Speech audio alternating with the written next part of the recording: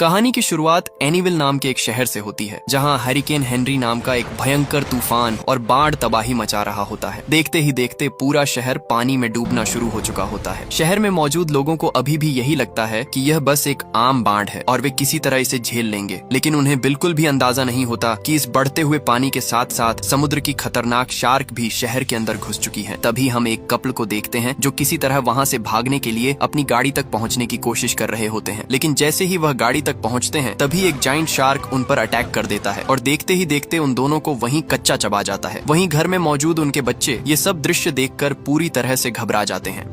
तभी एक शार्क धीरे धीरे उन बच्चों के घर की ओर बढ़ने लगती है। यह देखकर किटी बिना समय गंवाए जल्दी से दरवाजा बंद करने के लिए आगे बढ़ती है, लेकिन जैसे ही वह दरवाजा बंद करने लगती है तभी अचानक वही शार्क दरवाजे को पार करते हुए कमरे के अंदर घुस जाती है। यह खौफनाक मंजर देखकर बच्चे बुरी तरह घबरा जाते हैं। तभी किटी अपने बड़े भाई एरिक को जोर जोर से बुलाने लगती है, क्योंकि उस समय उसका बैलेंस पूरी तरह बिगड़ चुका होता है। दरवाजे से उसका हाथ छूट ही जाता है कि तभी ठीक उसी वक्त एरिक मौके पर पहुंचकर उसे बचा लेता है। इसके बाद कहानी हमें कुछ किलोमीटर दूर ले जाती है, जहाँ अभी तक बाढ़ का असर नहीं पहुंचा होता। यहीं हम लिली नाम की एक लड़की को देखते हैं जो कि प्रेग्नेंट होती है। तभी एक ट्रक ड्राइवर उसे चेतावनी देता है कि आगे से एक भयंकर सुनामी पूरे शहर को अपनी चपेट में ले रही है, इसलिए जितनी जल्दी हो सके यहाँ से निकल जाओ। तभी ड्राइवर देखता है कि पानी बेहद तेजी से शहर की ओर बढ़ रहा है। वहीं लिली बेचारी समझ ही नहीं पाती कि करे तो करे क्या और जाए तो जाए कहाँ, क्योंकि पीछे से सुनामी खतरनाक रफ्तार से उनकी ओर बढ़ रही होती है और आगे रास्ते के बीचों बीच एक बड़ा सा पेड़ गिरा पड़ा होता है। लेकिन जब वह उस तेजी से आती हुई सुनामी को देखती है तो बिना एक पल गंवाए, बिना कुछ सोचे समझे वह गाड़ी को सीधे उस पेड़ में दे मारती है। गाड़ी के जोरदार टक्कर से पेड़ थोड़ा आगे तो खिसकता है, लेकिन आखिरकार गाड़ी वहीं बुरी तरह फंस जाती है। यह सब देखकर ड्राइवर लिली को बचाने के लिए जेम्स बॉन्ड बनने जा रहा था। मजाक नहीं कर रहा दोस्तों, आगे देखो क्या होता है। ये ड्राइवर जो है इसे पता है कि सामने अभी यहाँ पूरा पानी भरने वाला है, तो ये क्या करता है, अपना टैंकर ट्रक लेकर सीधा पानी को ही रोकने के लिए चला जाता है। वाह रे भाई, फिर क्या था दोस्तों, यह करना भाई पर ही महंगा पड़ गया। पानी सीधा ट्रक को अपने साथ बहा ले गया। वहीं उस इलाके में भी पूरा पानी भरने के कारण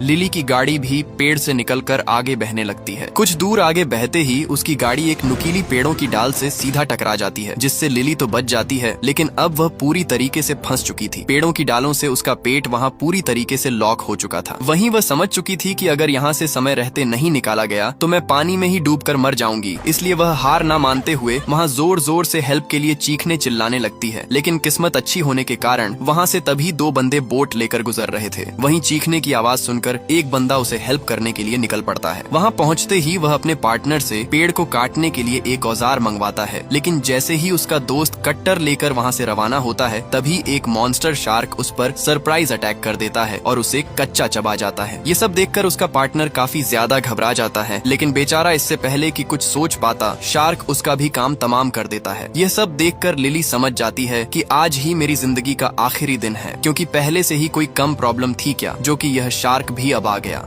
इसी दौरान ऊपर से ये सब दृश्य एक बच्ची देख रही होती है। वही वह बच्ची लिली से कहती है कि मैं हेल्प के लिए किसी को बुला रही हूँ, थोड़ा सब्र करो। वहीं आगे से लिली कहती है कि इतना टाइम नहीं है सिस्टर, पानी मेरे गले तक पहुँच चुका है। अगर रेस्क्यू टीम के इंतजार में रहे तो मैं और मेरी बच्ची यहीं मर जाएंगे, इसलिए तुम्हें ही कुछ करना पड़ेगा। लेकिन वह बच्ची वहाँ आने से साफ मना कर देती है और कहती है कि तुम्हारे आसपास पता नहीं कितने शार्क हैं, मैं वहाँ गई तो मुझे भी खा जाएंगे। वहीं लिली उसे हाथ जोड़ने लगती है कि मेरे लिए ना सही, मेरे बच्चे के लिए मुझे चालो। ये सुन बच्ची काफी इमोशनल हो जाती है, क्योंकि यह बच्ची जिसका नाम बुगोटा है, इसने भी अपनी फैमिली को बचपन में ही खो दिया था। इसलिए वह किचन से चाकू लेकर किसी तरह आगे बढ़ने लगती है। कुछ ही देर में वह बड़ी मुश्किल से वहां तक पहुंच जाती है और जल्दी से गाड़ी के ऊपर के हिस्से को काटकर उसे बाहर निकाल लेती है। दूसरी तरफ ओशन रिसर्च सेंटर तक भी यह खबर पहुंच चुकी थी। वहीं आगे जूनियर बताता है कि साउथ की ओर एक बड़ी तूफान और बाढ़ की वजह से शहर पूरी तरह से डूबना शुरू हो चुका है। सूचना मिली है कि वहाँ काफी सिटीजन भी फंसे हुए हैं। यह सुनते ही कैप्टन अपनी टीम को लेकर तुरंत स्पॉट की ओर निकल पड़ते हैं। वहीं हम फिर से उन तीनों बच्चों को देखते हैं जो कि अभी तक उसी घर में फंसे हुए हैं। वहीं एरिक अपने बहनों से कहता है कि अगर हम यहीं रहे तो या तो हम शार्क के पेट में चले जाएंगे या फिर यहीं डूब के मर जाएंगे। इसलिए एरिक फैसला करता है कि वह बेसमेंट में जाएगा, क्या पता वहाँ बचने के लिए कुछ जरूरी सामान मिल जाए। लेकिन जिस हिसाब से शार्क उनके चारों ओर घूम रहा था, उस हिसाब से तो बेसमेंट के अंदर तैरते हुए जाना लगभग नामुमकिन था। तभी पानी से उन तीनों के सौतेला बाप पता नहीं कहां से टपक जाता है। शार्क उसका एक हाथ को पूरी तरह खा चुका था। फिर वह एरिक से कहता है, जाओ मेरे लिए मदद लेकर आओ। अगर जल्दी से जल्दी डॉक्टर को नहीं दिखाया गया तो तुम्हारा बाप यहीं मारा जाएगा। वहीं वो अपने बच्चों को धमकियां तक देने लगता है कि अगर तुम अभी के अभी मदद लेकर नहीं आए तो तुम तीनों को मैं यहीं मार दूंगा। दरअसल सौतेला बाप है ना दोस्तों। वहीं आगे से एरिक कहता है कि तुम्हें कुछ दिखाई नहीं दे रहा है क्या? चारों तरफ पानी में शार्क तैर रहे हैं और तुम चाहते हो कि मैं तुम्हारे लिए डॉक्टर लेकर आऊं? सठिया गया है क्या? वैसे भी तू तो हमें छोड़कर भागने जा रहा था ना, इसलिए जो करना है खुद कर। यह सब सुन वह बूढ़ा पूरी तरह भड़क जाता है और उसे हाथापाई करने लगता है। वह एरिक को पानी में गिराने ही वाला था, लेकिन तभी किटी आकर उसे लात दे मारती है, जिससे वह सीधा पानी में जा गिरता है। फिर क्या दोस्तों, मौके पर ही शार्क उसे कच्चा चबा जाता है। यही मौका देख एरिक तुरंत बेसमेंट में चला जाता है। वहीं उसे कुछ मीट और बंदूक मिल जाता है, लेकिन लाख कोशिश करने के बावजूद वह बंदूक को नहीं निकाल पा रहा था। वहीं शार्क भी बेसमेंट में एंटर कर चुका था, इसलिए वह तुरंत वहां से निकलने लगता है और आते आते लगे हाथ एक बक्सा भी अपने साथ ले आता है।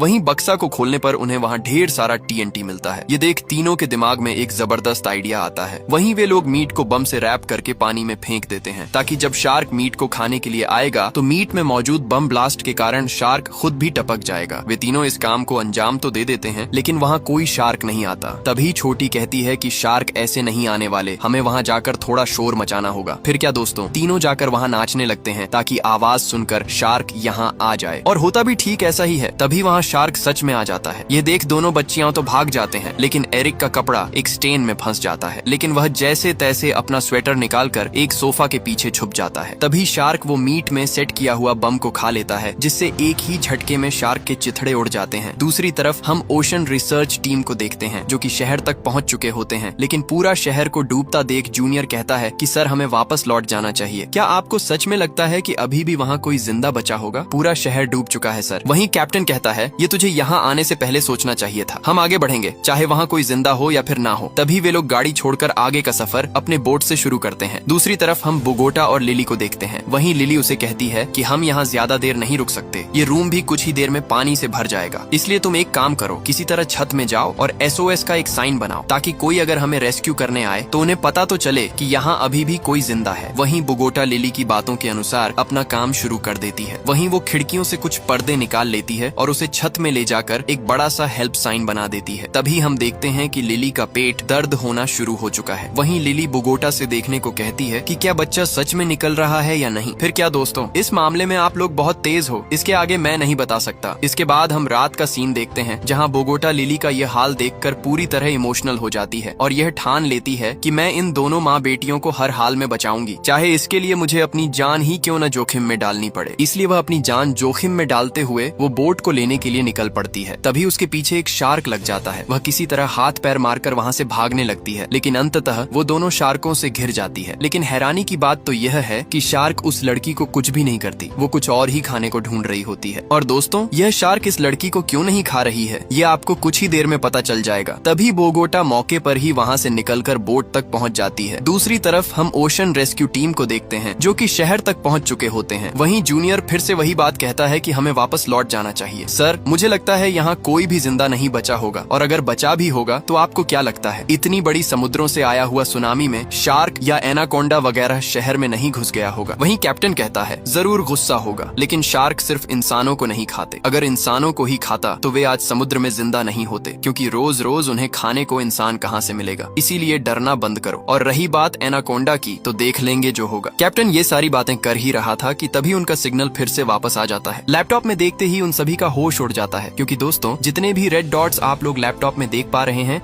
ये सभी शार्क हैं। लेकिन फिर भी वह लोग बिना डरे लगातार आगे बढ़ते रहते हैं और ऐसे ही करके धीरे धीरे सुबह हो जाता है। वहीं हम देखते हैं कि लिली का घर पूरी तरह पानी से भर चुका है और बोगोटा अभी भी यहाँ नहीं दिख रही है। कुछ ही देर में पूरा घर पानी से ढह जाता है। वहीं लिली किसी तरह तैरते तैरते समुद्र के सतह तक पहुँचती है और कुछ ही देर में ही उसकी पानी में ही डिलीवरी हो जाती है, जिससे पानी पूरा लाल हो जाता है और यह लाल खून को सूंघकर सभी शार्क उनकी चारों ओर मंडराने लगती हैं। तभी हम देखते हैं कि एक शार्क पूरी तेजी से लिली की ओर बढ़ रही है, लेकिन वो उससे डरती नहीं। वह अपने बच्चे को एक फर्नीचर में रख देती है और एक लकड़ी का टुकड़ा लेकर शार्क के आने का इंतजार करती है। कुछ ही देर में जैसे ही शार्क उसकी नजदीक पहुंचती है, लिली एक ही झटके में लकड़ी को शार्क के मुंह में घोंप देती है, जिससे शार्क डर के मारे वहां से भाग जाती है। पूरी मूवी में मुझे यही सीन अच्छा लगा है दोस्तों, क्योंकि यह सीन को देखने पर हमें पता चलता है कि एक माँ अपने बच्चे को बचाने के लिए कुछ भी कर सकती है। लेकिन तभी एक और शार्क उसकी ओर तेजी से बढ़ने लगता है, लेकिन इस बार बुगोटा इन वक्त पर पहुंचकर शार्क को शूट कर देती है। लेकिन जैसे ही बुगोटा उन दोनों को रेस्क्यू करने लगती है, तभी एक और शार्क आकर उनके बोट पर एक जोरदार टक्कर मारता है, जिससे बोट वहीं पलट जाती है। फिर क्या दोस्तों, अब सभी शार्क्स इनको खाने के लिए वहाँ गोल गोल घूमने लगते हैं। लेकिन तभी एन वक्त पर ओशन रेस्क्यू टीम वहाँ पहुँच जाता है। वहीं कैप्टन एक इलेक्ट्रिक मशीन पानी में फेंक देता है, जिससे सभी शार्क्स वहाँ से भागने लगते हैं। ये छोटे मोटे शार्क्स तो भाग गए दोस्तों, लेकिन अब पता नहीं एक और बड़ी शार्क उनकी ओर तेजी से बढ़ने लगती है। वह उन तीनों को एक ही झटके में खाने जा रहा था, लेकिन तभी एक जायंट शार्क आकर उसे छोटे शार्क को दबोच लेता है। ये सब देख सभी का होश उड़ जाता है। फिर क्या दोस्तों, इसी तरह इन तीनों को रेस्क्यू करके यहाँ से निकाल लिया जाता है। अब आप लोग भी कहोगे कि उन तीनों बच्चियों का क्या हुआ। दरअसल दोस्तों, ये रहे वे लोग। किस्मत से वहाँ बस एक ही शार्क गया था, जिन्हें इन तीनों ने मिलकर बम से फोड़ दिया। फिर क्या दोस्तों, इसी के साथ ये कहानी यहीं खत्म हो जाती है। अगर कहानी अच्छी लगी हो दोस्तों, तो मेरी दूसरी वीडियोस भी जरूर चेकआउट करें। आपका बहुत बहुत धन्यवाद।